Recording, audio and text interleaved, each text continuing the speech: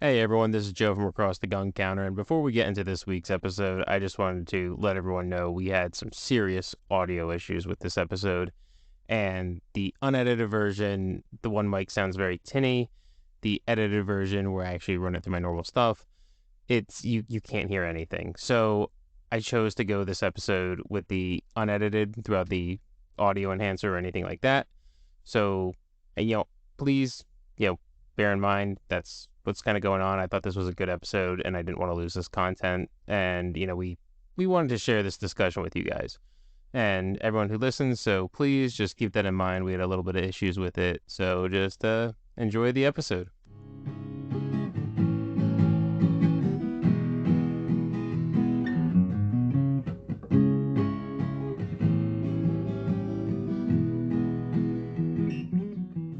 Welcome to Across the Gun Counter, guys. I'm your host, Joe Riva, joined by my co-host, Tyler Weaver. and we are here this week to do a topic that this is going to be kind of a fun topic, I think, Tyler. This is something we Oh yeah, I'm looking forward to it. Yeah, I'm looking forward to this one a lot. This is a topic we've kind of discussed in the past, which is Fudd Lore. And we kind of want to talk about what is Fudd Lore. And it's obviously, something we've talked about, and it's come up in the Arasaka episode, the SKS episode. Almost every single episode we've talked about a weird kind of gun Yeah, rumor. pretty much. Yeah, it's something that's in the industry. You always hear the term Fudd Lore, and for a lot of new gun owners, you kind of have to explain what is Fudd Lore, and you kind of have to explain to people, oh, this is Fudd Lore, and what is a Fudd, and hmm and I think everyone kind of has their own interpretation of it, wouldn't you say? Oh yeah, absolutely. So let's define it. What would you call, or how would you define Fudd Lore? So Fudd Lore to me is something I would kind of call like gun talk rumors or gun shop rumors, and it's kind of comes from what I'd say is like older guys typically, like your Yeah, typical. yeah. A Fudd's usually like a derogatory term aimed at the baby boomer generation in the gun industry that are It's usually on the stubborn side and don't like change very well. Yep. There's the.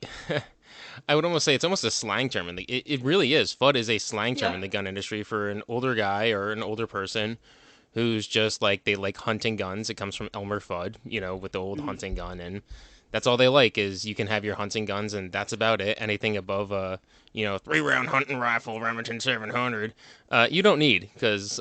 So And pretty much like Bill Ruger. yep, pretty much. Which If that's you know your actually. history about Ruger, you understand. Yes, exactly. That's something I think we should just do a whole topic on is Bill Ruger himself, which very interesting Yeah, man, I and I mean, respect him, but he was not oh yeah, very ingenious when it came to firearm design, manufacturing, stuff of that nature, but very not as pro set in two his A. ways. Yeah, Yeah, exactly. Not as 2A in a diverse sense. yes. So So, we can dive into that a little bit later, but mhm. with Fudd lore, it's just old gun rumors and stuff that people would kind of say and other people would believe without reason or fact behind them. There was no actual substantial evidence or people would believe it. One of the biggest ones I can think of was Arasaka's, being dangerous. We talked a lot Yeah, about we that in the just talked Arasaka. about that. Yeah, so we talked about, why they're actually very safe firearms and how they're actually extremely strong actions. And after the war, the U.S. Army Department did what they did and showed, hey, they can't blow them up. But for Yep. years, and still to this day, you hear people saying, oh, that old Japanese rifle, you don't want to shoot that. That's unsafe. Guys were blowing them up after the war. And it's like, don't believe hmm everything you hear online Well, it's one of the things too. When it comes to or in Fundlore, store. a lot of these old rumors, this was a lot of these were created back before the time of the internet, Mm-hmm. so it was all word of mouth. Like, oh, my buddy had one of those rifles, and it blew up or something like that, and then that story just gets passed from time to time. Every time something happens, and you know how gun guys get talking, and you don't have enough of a community to disprove it. Nope, exactly. So, back in the day, you couldn't just pull out your phone and just say, Google. Hey, let me check that quick. Exactly. You couldn't just do that. You actually had to do your research. And a lot of times, a lot of unsubstantial claims just went on by and got passed along, and people believed everything. And don't believe everything you hear. It doesn't even just include the internet nowadays. Just don't believe Yep. everything And you you know hear from what? people. The best resources we have for disproving a lot of these myths is YouTube. I mean, Oh, think of how many absolutely. content creators there are that are trying to find interesting episodes to shoot, and it's like, all right, well, let's see if this holds true. Let's see if, the Arasaka does blow up, or how much pressure does it actually take to blow one up. So Yep. you have a lot of these, what do you call them? Modern day. Influencers? Yeah, yeah. Oh, I hate that term, but yes. I know, me too. But, you have a lot of these influencers that are looking for views, they're looking to have an interesting show, and the Fudd Lore topics are great for them to try to disprove. Exactly. So the ability to be able to disprove it on camera nowadays is really cool and disperse it to the world without fail. It's like, hey, we're showing this on camera. This is happening. This is why it's not true. Yeah. And Which you also have to take that with a grain of salt. It's like, okay, maybe that's a good one. There might be bad ones out there. But again, it shows in, you know, a live video, not live video, but, it shows in a video that, hey, this myth is disproved. yep. So that's something that's cool, but I think also simultaneously, it also enters us into another dangerous realm, which is something I'd like to dub modern Fudd lore. Mm. And what I dub modern Fudd lore is basically internet rumors or online stuff that's coming out that's just not true, or it's, I don't want to say half truths, but basically like almost a half truth, and they're not telling you Like the people not understanding the full story. exactly, and it gets people up into a fear, into a panic, and I don't like that, and I don't appreciate that, to be honest with you, especially coming from the gun industry side. Like, it just causes a lot of panic on just from a storefront aspect. I'm gonna go. The biggest thing has been recently with the whole the brace stock NFA disaster that we're dealing with, Yeah, yeah, and yeah. That whole fiasco. yes, this whole fiasco. And, we had done our episode a couple weeks ago on the braces stocks and the NFA, and our initial purpose of doing that episode was we didn't want to take a political stance on it. We just wanted to say, hey, these are what's braces, these are stocks, and these are kind of our thoughts on the two different devices. Mm-hmm. And, and then unfortunately within that time frame, that letter was published, and we actually had, this thing hit the register and all this stuff was coming out. We heard like, oh, if you don't submit within your tax stamp isn't approved within 88 days, you're a felon. Or if you submit an imported rifle or an imported pistol, now you're going to have to destroy it and you're going to be in possession. And it was just all this, nonsense and garbage rumors. And I'll tell you, it flooded the shop.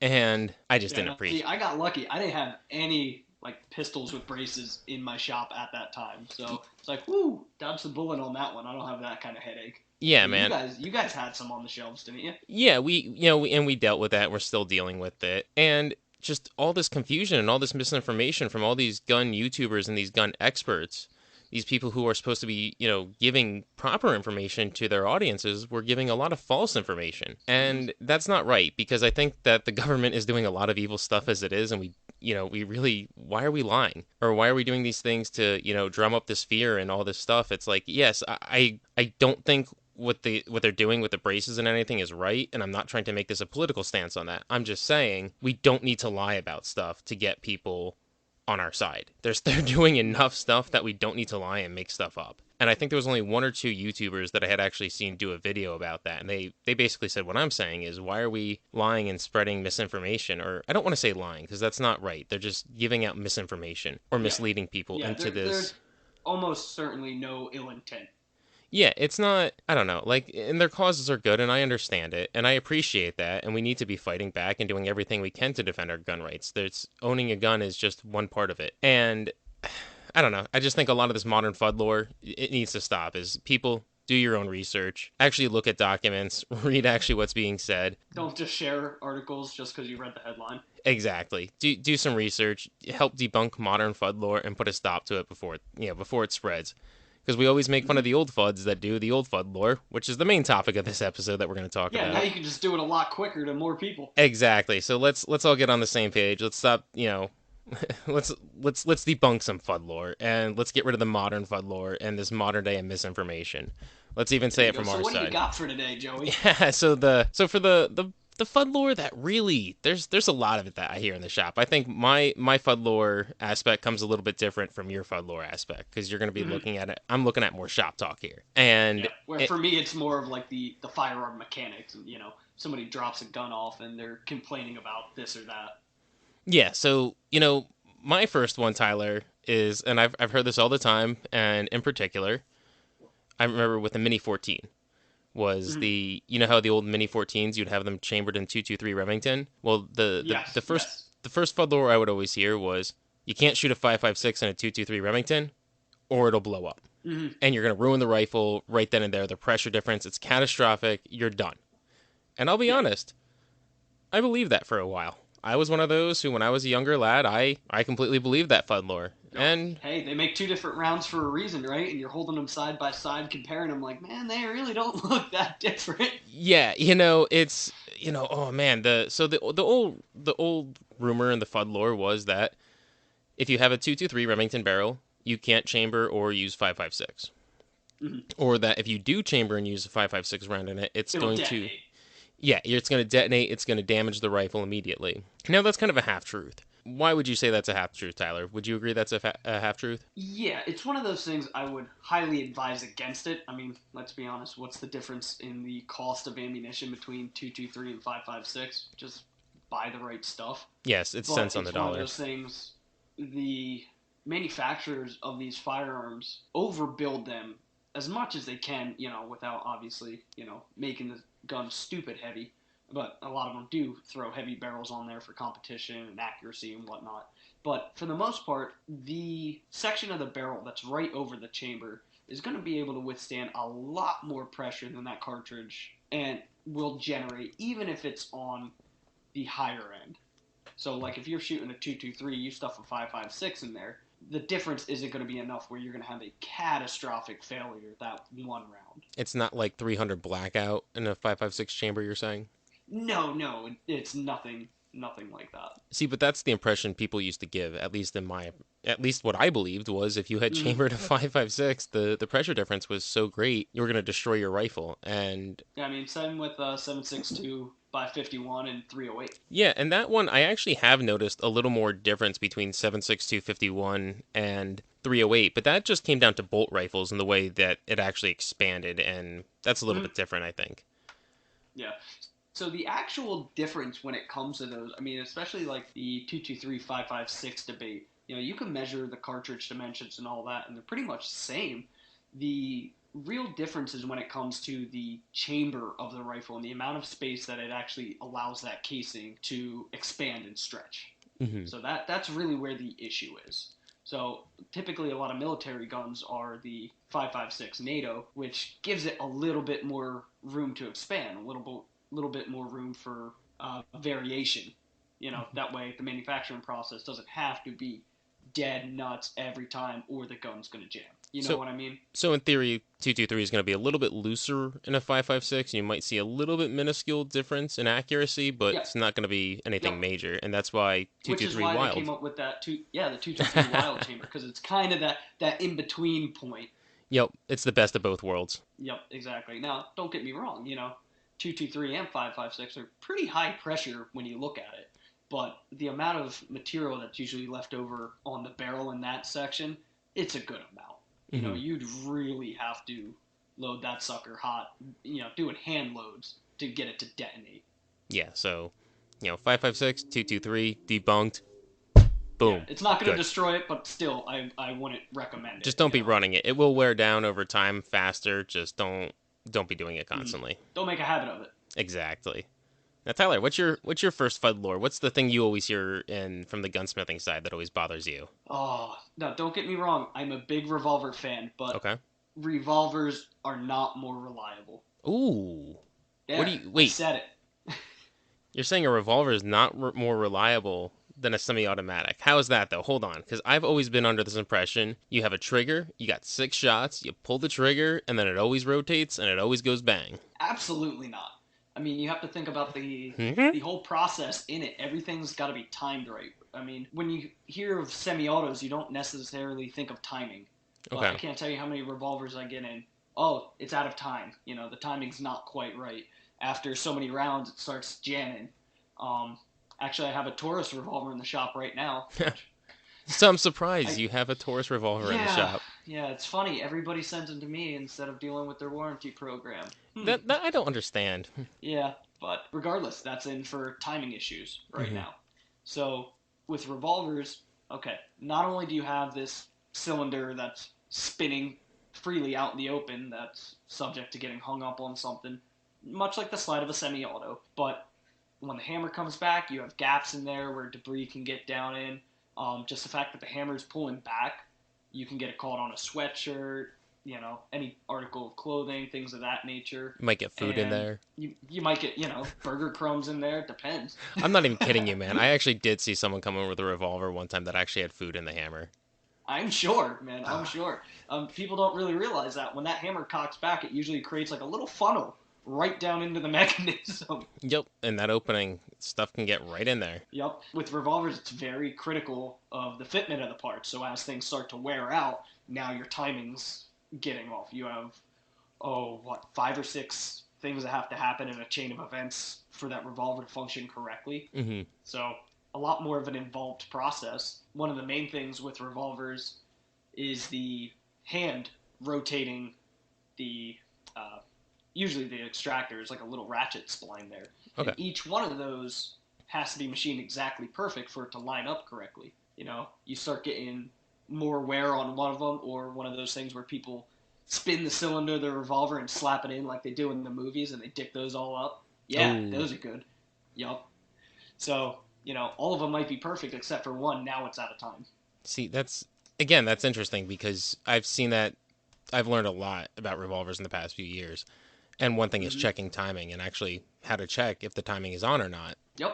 Yeah, And and you'll it's notice it too with the primers, because sometimes if your timing's a little off, you'll notice that the firing pin dimple isn't dead center in the primer. It might be off one side or the other, depending on and see and depending Colt, Smith and Wesson, what way it rotates. and now depending on how bad the timing is, that could actually be catastrophic to the user. Yeah, absolutely. With revolvers, where that transition is between the cylinder and the barrel, you have what's called the forcing cone, and it's basically a funnel that guides the bullet in. So on like Rugers, I think they're the tightest at like 11 degrees or something like that. Mm-hmm. So they have to be a lot more accurate with how that cylinder lines up, where other ones, they open that angle up a little bit. So the cylinder can be off and it'll still guide that bullet in. But Mm-hmm. once you start getting off them, I mean, when I was a kid, we had this little H&R 22 revolver, and man, that thing would shed like half the bullet off because it was so out of time. Really? Yeah, your hands would start feeling that splatter. So I decided it was time to retire that. That just became a parts gun. Yeah, I don't blame you at that point. And so But basically, as if you have a better quality revolver, it's gonna have better timing, basically. Or for the most part, I mean, one of my big experiences that kind of caught me off guard. It was one of the only competitions that I shot. If you even want to call it a competition, but Mhm. this range had a rental gun, and it was a 686 revolver, and it was one of the things I was used to shooting Colts at that time. So you only had like 3 rounds. I loaded it in, closed the cylinder, went to cock it, and Smith and Wesson rotates the opposite of what a Colt revolver does. So I'm like, I start cocking the hammer back, and I'm like, ah, shit, I put them in on the wrong side. So I went to let the hammer down, and I jammed that thing up. I Mhm. mean, it locked up to the point you couldn't do anything. So the range officer called it and had to go take it to the gunsmith. Hmm. Yep. So that was my big Fudd Lore myth getting broken. It's like, wow, these things really do jam. So it's something that everyone always thinks that is never gonna have problems and it's gonna work every single time. And no, it's like any other mechanical device. It's the same Oh thing could be yeah, said about AKs. Everyone always said AKs never fail. yeah. And Hondas are great cars, but they still die. oh, exactly. You can run them to 300,000 miles, but you still gotta put oil in them. Yeah, exactly. Things are going to wear out. It's mechanical. It's metal on metal. There's nothing you can do about it.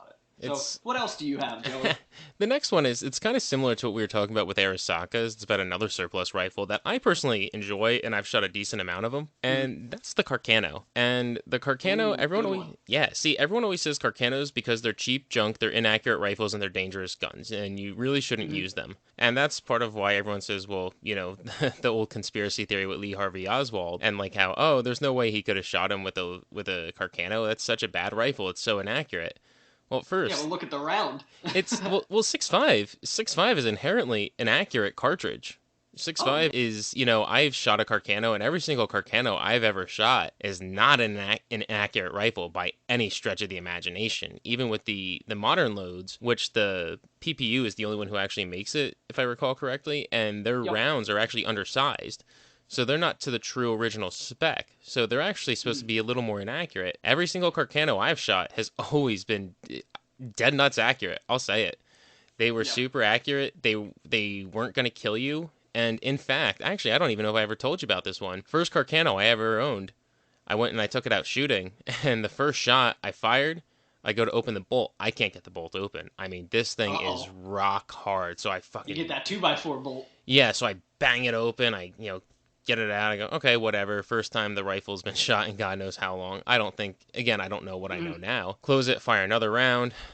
Same thing. We get through I think the third round, and it gets a little bit easier, but not a whole lot, and we're done Okay. with it. My buddy tries it, he loads it up, does the same thing, and we're talking to a guy at the range, and he goes, "What's going on?" We're talking, and he looks, he goes, "Can I try it?" So he does it. So we fired about 18 rounds to this rifle, locked up the bolt, whole nine. But you look at the target was every round hit its mark. So Yeah. we brought it back. We actually had it looked at by a gunsmith, and we had actually I think ended up firing a couple more rounds another day. And the guy goes, "Were you guys shooting this rifle?" We go, "Yeah, why?" He goes, "You should never shoot this rifle again." I go, "Why?" He's like, "You're lucky this didn't blow up on you." And he's talking about how there was such a gap in the headspace, and we were just Oh like, wow. and me and my buddy at the time looked at each other like, "Oh my god." He's like, "Well, how many rounds did you fire?" And we kind of pulled out the Mm-hmm. box, and we realized we actually shot about 40 rounds. Oh jeez. Yeah, and no, so those rifles, they did a lot, and even with that being bad headspace, Mm-hmm. still I still held itself true. And It's oh, funny. I remember an old video. I forget who put it out, but these guys. It was like a gunsmith video, and they literally took a rifle and just kept reaming the headspace, like you know, five. It was either 5 or 10 thou increments, and mhm, firing it, over headspace. okay. And I forget how deep they actually had to go before it like really started like pushing primers and like causing like I don't want to say catastrophic issues, but regardless, it's not blowing up, but for the most part, it would like pop the primers out and release more gas back into the action. Exactly. And because these rifles were military rifles, they were designed to basically take any kind of condition.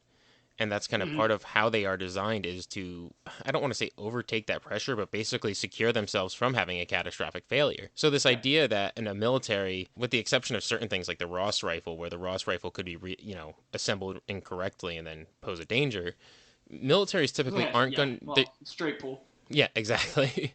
So militaries aren't going to be, or countries aren't going to be equipping their, soldiers with rifles that are going to be inherently dangerous if they're using the slightly wrong ammunition, especially when you have like machine gun ammunition potentially being swapped with rifle ammunition and different pressure differences. You're going to want to have Yeah, something that's and going to just withstand different it. manufacturers. Exactly, especially How at many war times. places manufacture that ammunition? Yeah, during war times, it's like Hmm. it's got to be able to shoot all of it. Where it was stored, when it was stored, did they pull something out that was, from storage from 30 years ago, that was from the last war?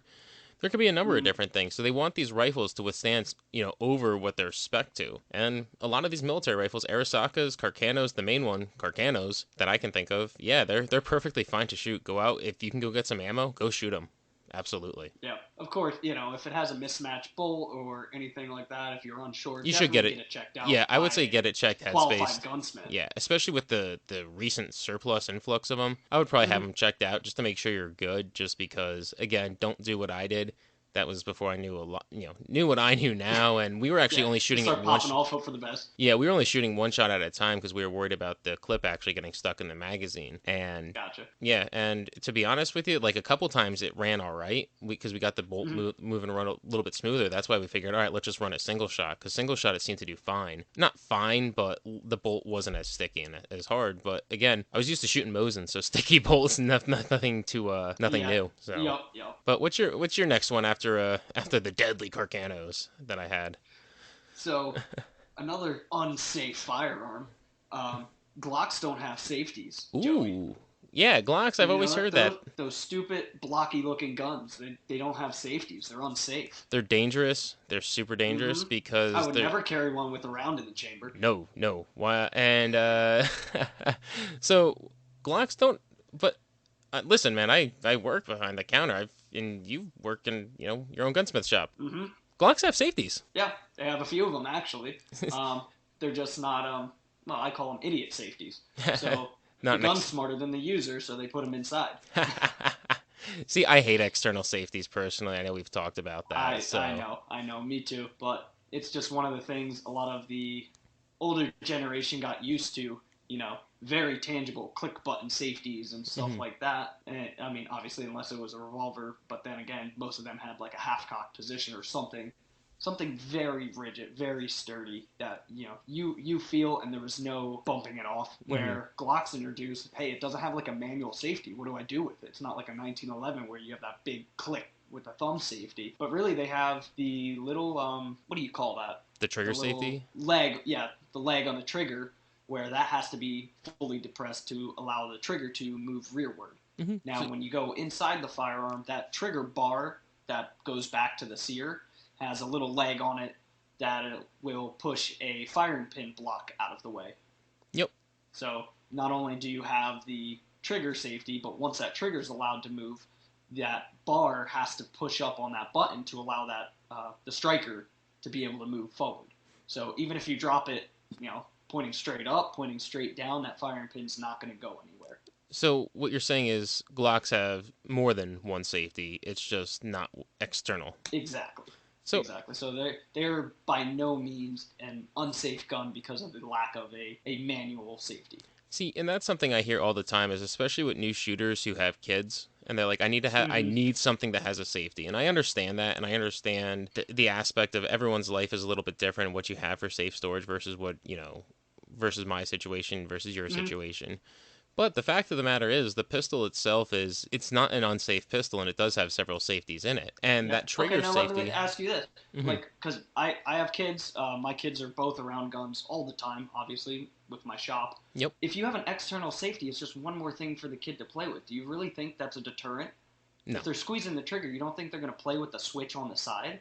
yeah, I think So it's that's just asinine for me to think that a manual safety is going to outsmart a toddler. yeah, and I don't think that's yeah, I think it might help, but simultaneously, like you said, especially again, kids are very investigative, if you will. They Yep. they always want to get Yep. into everything, and especially I'm not, like your children. Like I've seen your kid always is like, "What's this? What's this?" And that's very good. Mm-hmm. They want to learn everything. So maybe having something like that's not always the best thing to play with. Look at kids in car windows; they're always pushing stuff up and down, up and down.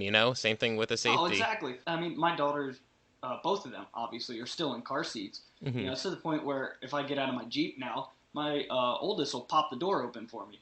Hmm. Because once the car stops, I get out, it unlocks everything, so then she knows she can pull the handle, pop the door open. It's like, okay, well, if I'm not getting you out of the car, don't do that. Yeah. So But yeah, it's one of the things like manual safeties do add another layer of protection. but I'll it's not I'll always foolproof. agree to that, but it's one of those things. It's not a fail safe, especially with kids. Hmm. See, I'm happy to hear that, and because I think there's a lot of people who are deterred by certain firearms they like because Mm-hmm. of that reason, and that's not a reason, in my opinion, to deter yourself. Because there's other things you should be doing, especially if you have children, to prevent them from getting a firearm outside of that external safety. Because the way when they say it needs to have an external safety, that to me is saying that they're going to leave their firearm like out in the open in reach of their children, and I don't think Yeah, that's it could be appropriate. taken like that. Exactly. That's almost how I think I say it because they're like, oh, well, they're going to get to it.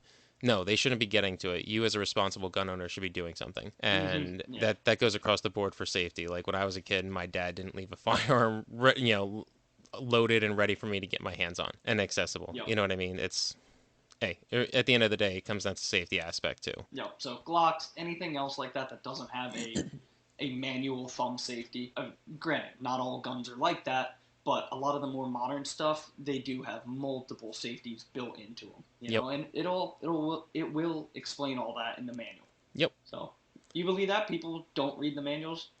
Exactly. I know it's ignorance. Just Most of them read. can't even find them. They stuff them under like the egg crate or egg mat in the Yeah, boxes anymore. the little foam padding and stuff like that that you have to dig into to get to. Yep.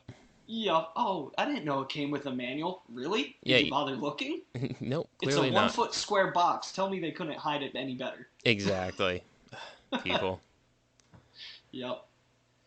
Uh, So on to your last one. What do you got? on to the last one. Okay, so this is one I've heard in the shop, and this more comes from a history aspect at the reenacting side, because it's something I always hear in that, and I hear people talking about in the shop with one of our favorite Mm. rifles, the M1 Garand.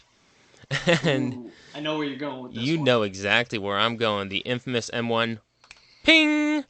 And Mm-hmm. and so there's this mythical lore that during World War II, there would always be Germans knew that the United States soldier carried the M1 Garand with 8 shots, so that the second they would hear that ping, the German would emerge from his cover and then pop out and shoot the American soldier and winning the fight because reasons. And so Yeah. what happened was the American soldier would then always carry a spare clip with him to throw when he had 2 shots left. So the German would be counting and he would, pop up and then he'd still have 2 rounds and get the German. Mm-hmm. And I think that's pretty much nonsense. Yeah. And I and was gonna say I don't even think there's any documented accounts of that being a thing. no, and if anything, that's more likely in Korea with the ice, where you would hear it more often. And yeah, you could hear the ping. It is distinguishable sometimes in combat hearing it, Mm-hmm. but you're not going to exactly know which guy it came from unless you're in a straight one-on-one fight. And even Yeah. at that point, someone already might have another clip already in hand loaded. There could be so many other things that I think it's just Yeah. foolish to Plus think. sidearm. Yeah, and You know. but yeah, too, that there could be a number of things. There's usually another guy for, it's the American army we're talking about. It's not, the Mm-hmm. last stitch of the German army and like the the Volkssturm or anything like Yeah. that. So I hate that Fudd lore. I really do. It's something that's gone around. I've always heard for years, and having done reenacting, I know it's a little bit different, but you always hear like reenactors when they do the spectators and all that. They always have to talk about it and the M1 ping, the Yeah. M1 ping, and yes, the M1 ping is Well, very it's exciting, distinguishable. you It know. is. It's People cool. that don't know about it, they're like, "Wow, that sound." Ooh, yeah, You and know, it's what cool other the gun ooh makes nah. that sound? Exactly. So I get it. It's cool for showmanship, but realistically, it's not something every German soldier was counting and noticing. And there's so many other Mm-hmm. factors in combat. There's so much other noise that's going around that it's so hard for, especially in a battle where there's, 30, 40, how many different guys going on shooting and artillery going off and grenades and everything to be Yeah. focusing on that. Like if you ever watch any war movie, the first one that comes to mind is Band of Brothers when they're attacking the guns in Okay. Normandy. I'm blanking on the part the actual event, but when they're charging that, and you do hear the pings going off, but you really can't Mm-hmm. pick down which guy it is unless you actually see him throwing in a fresh clip. Yes, Oh, you fresh know what? clip. Here's a good one. Hmm. Next time you're at your public range with a good amount of people. I mean, like it's packed. If someone has a Garand there while everybody's shooting, try to see if you can focus on shooting what you're shooting at, Hmm. and keep track of his rounds and that ping. Yeah, that's a good idea. I like that. That gives you some sort of like real world. Granted, you're not under pressure. It's nowhere near as loud as combat. For most part, they're all semi-auto firearms or bolt action, something like that. But still, with you focusing on what you're shooting at, everybody else around you shooting. If one person has a Garand, try to listen to it. Yep, See if you and can pick that ping up. yeah, and if hey, if you differ, share in our comment section, and we Mm-hmm. want to hear your thoughts. Yeah. Lastly, what's your last piece of Fudd lore, Tyler? That you always hear.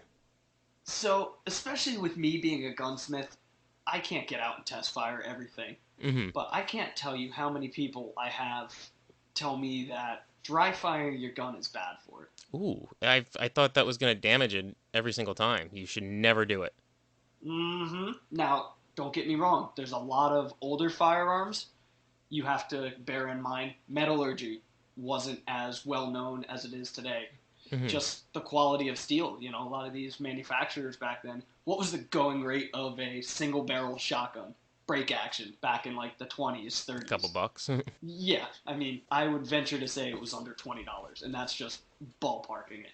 Exactly. So the quality of steel that they were using, even if they knew what was in it, was probably not that great. All I had to do was set off a primer, which aren't very hard to begin with. No, So ammunition was yes, different then too. So yeah, exactly. I mean, hell, a lot of them had paper shells. yep, yeah, that's things a lot So of it's people one of forget. those things. Yeah, it's one of those things. Yes, older shotguns, I'd be hesitant to, but a lot of modern firearms, I would say anything from what, maybe even like 50s, 60s, even before that, metallurgy was really starting to get up to par, Hmm. and you really don't have to worry about dry firing unless it's some sort of poor design.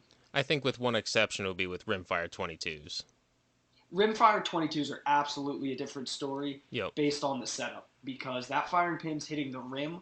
So if you don't have a dummy round in there or an old spent shell casing, that firing snapback. pin's smacking your chamber. So inevitably, you're not going to be able to stuff around in there because it's going to be all mashed over and have burrs sticking out. Mm-hmm. So there's been a couple 22s that I've had in where people are like, "Hey, it won't chamber, it won't fire, it won't extract," and you pop it open. There's a big dent in the chamber from dry firing, so I have to go in there with a chamber reamer, just pretty much knock that little bulge down without Mm-hmm. deepening the chamber or really opening it up. It shoots fine after that. Nice. So with the exception of like 22s and old shotguns, man, everything really can be dry fired. Yeah, so that's something that's always bothered me in the store. It's like obviously, the one thing we always tell people with revolvers in the store is please don't be pulling the trigger because it's about the cylinder drag, which I think is a little Mm. bit different than the firing pin, and just don't keep running Yeah, it you and don't want running like it. But noticeable lines on it where people are going to accuse you like, "Hey, this isn't a a this new isn't a gun, brand new gun." exactly. So, Yep. but most guns are inherently safe to dry fire, especially modern Yep. firearms, because think of the design. How many times people are going to be pulling the trigger? Let's be Yeah, honest, it's and just you naturally really how have to people think are. about it. A lot of guns nowadays, it's not designed so that the primer stops the firing pin. There's some sort of additional shoulder that's made to smack something else, Hmm. thousands upon thousands of times without breaking.